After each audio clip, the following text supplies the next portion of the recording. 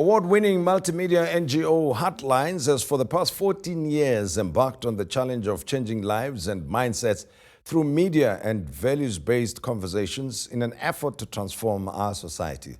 The CEO of Heartlines is Dr.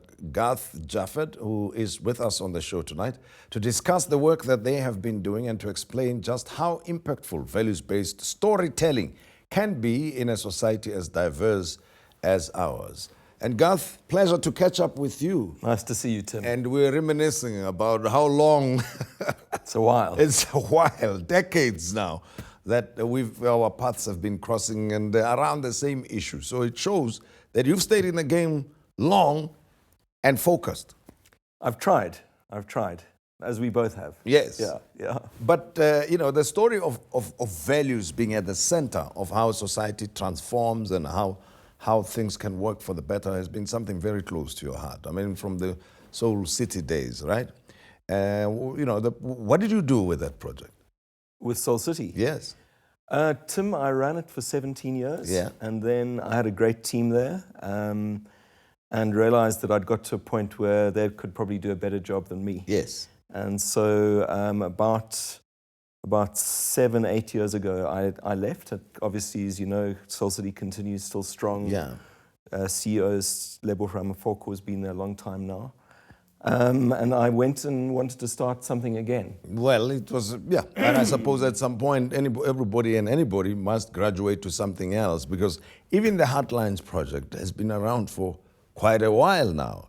I was looking at the box covers of the DVDs that were produced at the time, and going back to the interviews that we did then was when I was still with Soweto.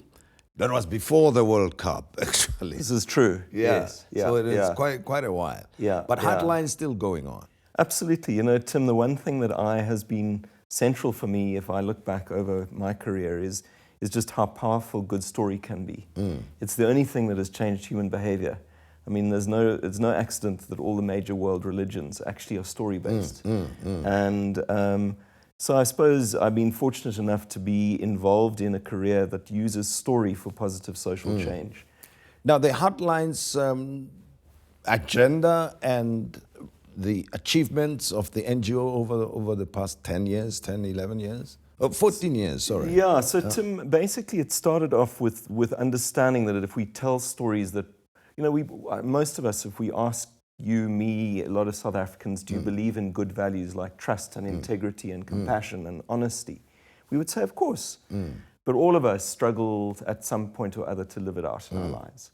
And our very basic understanding is that if we tell stories, it's the stories that prompt us to think again, to live differently, to become our higher selves.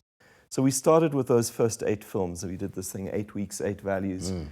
8 films on the SABC, 1, 2, and 3 simultaneously. And those have been shown again and again. And we don't just create those films, we then create resources that those films are then shown in schools, they're shown in churches, they're shown in businesses, in prisons, and they get discussions going. We then went on to create a series called Hopeville, a 6-part mini-series, which is about what happens when one person lives out those values in community. And then we went on to create a film called Nothing for Mahala. And Nothing for Mahala is about our attitudes and values towards money. So it's, who is your God? Is it money or is it God? Make up your mind. And now, Tim, what has been on our heart for a long time is the diversity in our country, in the fractures that exist between us, and understanding that unless we could find a way to work together, to actually get to really understand and deal with our past and get to know each other as ordinary people, that our future is not as bright as it could be. What is your sense of that? Because you're taking me back to the Nelson Mandela days, right? Because reconciliation was the main issue, main theme of his agenda at the time, notwithstanding the transformation that had to take place within society. And at least at an emotional level, there was some buy-in. Practically, still a lot of work was still to be done. So I believe that people who lived through that era took it for granted that reconciliation will sort of come about because Mandela says so. What do you see? What has happened? Tim, I think that, the mistake our society made was not taking the TRC and going deeper into the general population. I think, speaking as a white person, I feel that white people, and I'm saying it right now, have not taken responsibility for just being the privileges that apartheid gave us. And I, right now, say I am hugely, as a representative of my race, if you want to call it that, is that I don't think that there's nearly been enough understanding of the unbelievable pain that apartheid has vested upon the psyche and the history of black people. So I think we need to do more of that. And it starts with me. But I also think that we haven't given ordinary people the tools of engaging with each other. So maybe I want to reconcile. So how do I start? And our approach is actually, it's not just about white and black. It's about different ethnicities. It's about Zimbabweans. It's about even amongst white people, you think that we're all like this unified group. We're not. And also the different socio-economic classes, for that matter. Yeah. So we took a step back and said, rather than just look at race here, rather let's look at difference. And how do we help South Africans to instead of just stereotyping each other, you're a black guy, that means this, and I will treat you in that way. I'm a white guy, it means this. How do we help each other engage with each other as human beings? Because if I can begin to understand you, that is the beginning and the basis of trust. It's also the basis of reconciliation. Because if I understand Tim Modise's story, it, as a white person, gives me an insight into your world. And also how maybe I'd never even thought about just what it must have been like for you growing up. And maybe it'd give you some insight to hear my story. Sure. And know that I have a story as well. So this initiative is called What's Your Story? And it's an attempt to, it's a campaign that has a beginning but no end. So how does it express itself? How is this campaign expressed? Is it in a conversational setting, roundtables, or in movie productions, television series, and media? What is it? So there's lots of different elements to this. Yeah.